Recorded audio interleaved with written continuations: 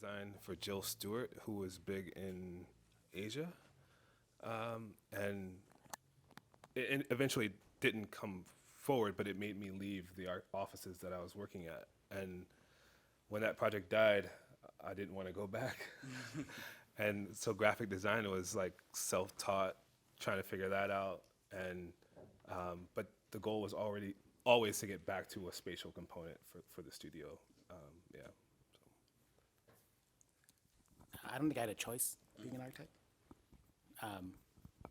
But the one memory I have of actually the first time I noticed what architecture was when I was going with my parents, their hobby was to go look at like suburban model homes, like aspirationally, you know. And I imagine it's still like this, where you'd go and you'd see like a model home like A, B, C, D, E, F, and they'd all be basically identical except for like the color of paint or like. And the one thing I remember seeing was like walking into one home and the bathroom was on the left, and the other home the bathroom was on the right. And I was like, oh shit, I hope we move to the one with the bathroom on the left. And I do not remember why, but I was like adamant. I was like, this one's better, even though it's exactly the same plan. And I'm sure I didn't think of it at the time, but looking back, that was the first time I realized like how at least design in space could influence someone, in that case me. So I think if I ever get to, my dream actually is to design like a suburban development at some point. Yeah, right. That and like a mall. I hope I get to design a mall. So, just a really quick follow-up for anyone, Alan, and then we'll get to Christine. But like, did you feel like design, and thinking about design in that way was like instinctual from like an early age, or like did that come like later? I don't think I thought design was a thing for a long, like growing up. You could make a profession out of this. Like, I don't think I even knew what design was at that point. Right. Probably not until around mid-high school did you realize it was like a thing that people did professionally. Right. Yeah. Cool. I think for me, I was constantly drawing Nike shoes. Oh, sorry. Designing Nike shoes, like as a 9-year-old, you know, just like in love with that culture. And my mom was like, "You draw really well. Here's Frank Lloyd Wright." But honestly, it's funny. But like honestly, like I think about it and kind of marvel because for a black woman from the South, like how do you know who Le Corbusier is? How do you know who Frank Lloyd Wright is? Right. And she's like, I don't remember Mies van der Rohe or Le Corbusier, but I remember Frank, and I remember handing you Frank, and that was like the impetus. And at 12, I knew I wanted to be an architect. So yeah. Yeah. Right. Oh, I have this one too. Oh, Yeah. sorry. Yeah. And then when did you kind of realize space was going to be like a essential part, and then I guess like how did that come about? I would say similar to Dong, like I didn't feel like I necessarily had a choice. Like I felt very connected to my surroundings from a very young age. I think my main gateway was through video games, through Sims specifically. Like during the time, like figuring out what, I wanted to study, I found myself like just spending hours on there, just like not even focus on the characters, but just the space itself. And I think that was the first time I was able to connect the idea of space and kind of arranging it in a way that, you have to think of the people using it or the characters using it. So that was my first gateway into design. Cool. So another question I had and again, you can kind of define this like however you see fit, but I'm curious, like just from your own perspective and like however you see architecture, what defines like a successful project to you?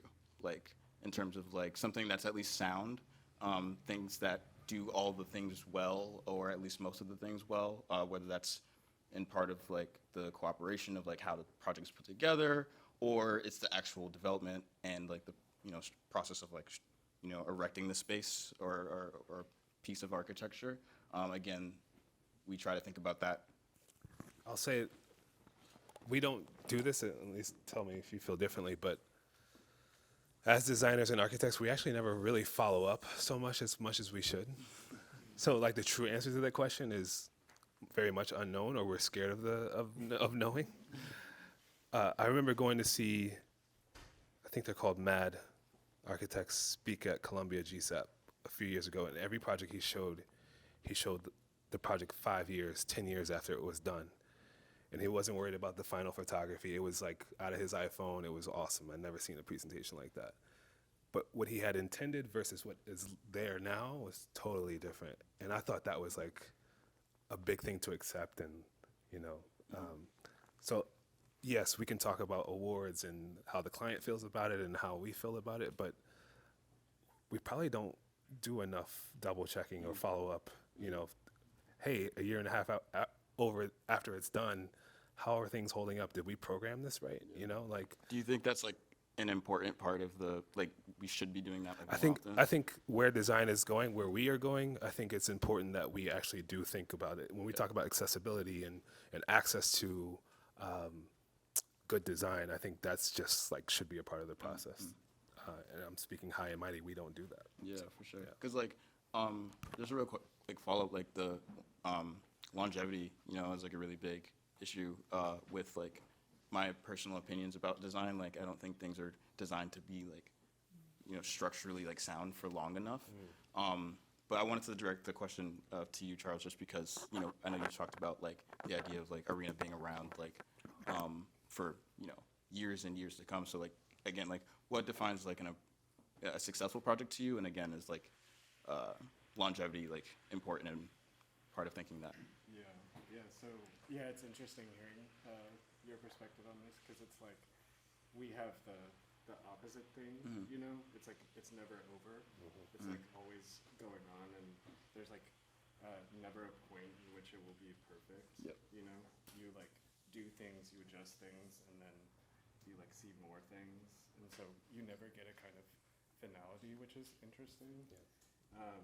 But yeah, I mean, I think we're sort of like interested in what it looks like for. I mean, we're a very small company.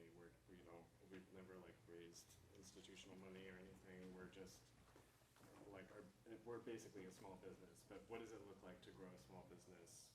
You know, 20, 30 years, 40 years into the future. And it's idea of like moving your data around.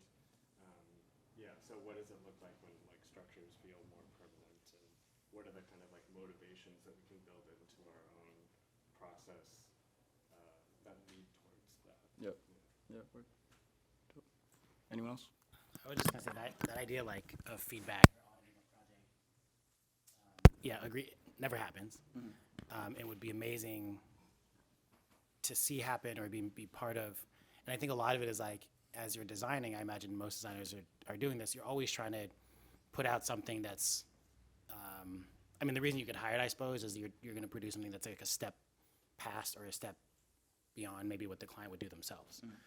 But it also means that like when the space is kind of handed over, it's not abundantly clear sometimes how you're meant to use the space, or even, and so seeing the space oftentimes used differently than how you intended it to, I was like, is that successful? I mean, that's still, to me, that's still very successful, because ultimately, like, it's their space, and how they want to take it over is actually really interesting. But you can tell a lot of times, like, even having that auditing and that guidance of like, oh, what if you try to like this, or what if we move things like this? How do you program it in that way? I think would be both really interesting for the designer side, but I imagine also possibly very helpful for the user ultimately. Dope. Kristen, do you have any thoughts?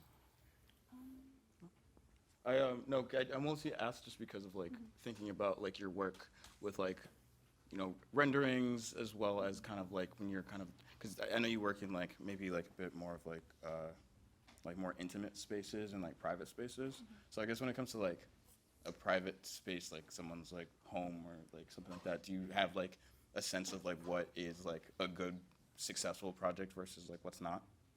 I would say a successful space is one that you feel welcome in. I think a great example is the one we're sitting in now. Like the idea of flexibility and the idea that, you know, you can design it one way, but ultimately you're going to change your mind and you're going to want to flip it upside down, and this space changes all the time. So yeah, I think flexibility is a great way to measure a space is successful. I agree with that. Cool. I'm just gonna ask like one more question that I have. Just sorry for the video, people. And then I'll just like open it up for everyone.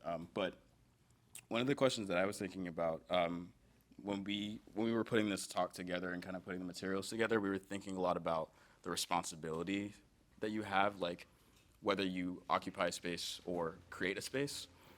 For example, there's a big responsibility that like we have in like making sure that you guys are all like comfortable seated and you can see the screen and you can hear everybody and all that stuff, right? But like then you, as an occupant, you also kind of have your responsibility of like being, like what kind of energy you bring to that space. So I'm kind of thinking about like what responsibilities that do you each have? Do you each think that we have in terms of whether we create a space? What are those responsibilities? And like when we like come into a space and how to respect that space, like what are those responsibilities we have? Feel free to answer like any part of that question, but I'm curious like if any thoughts there.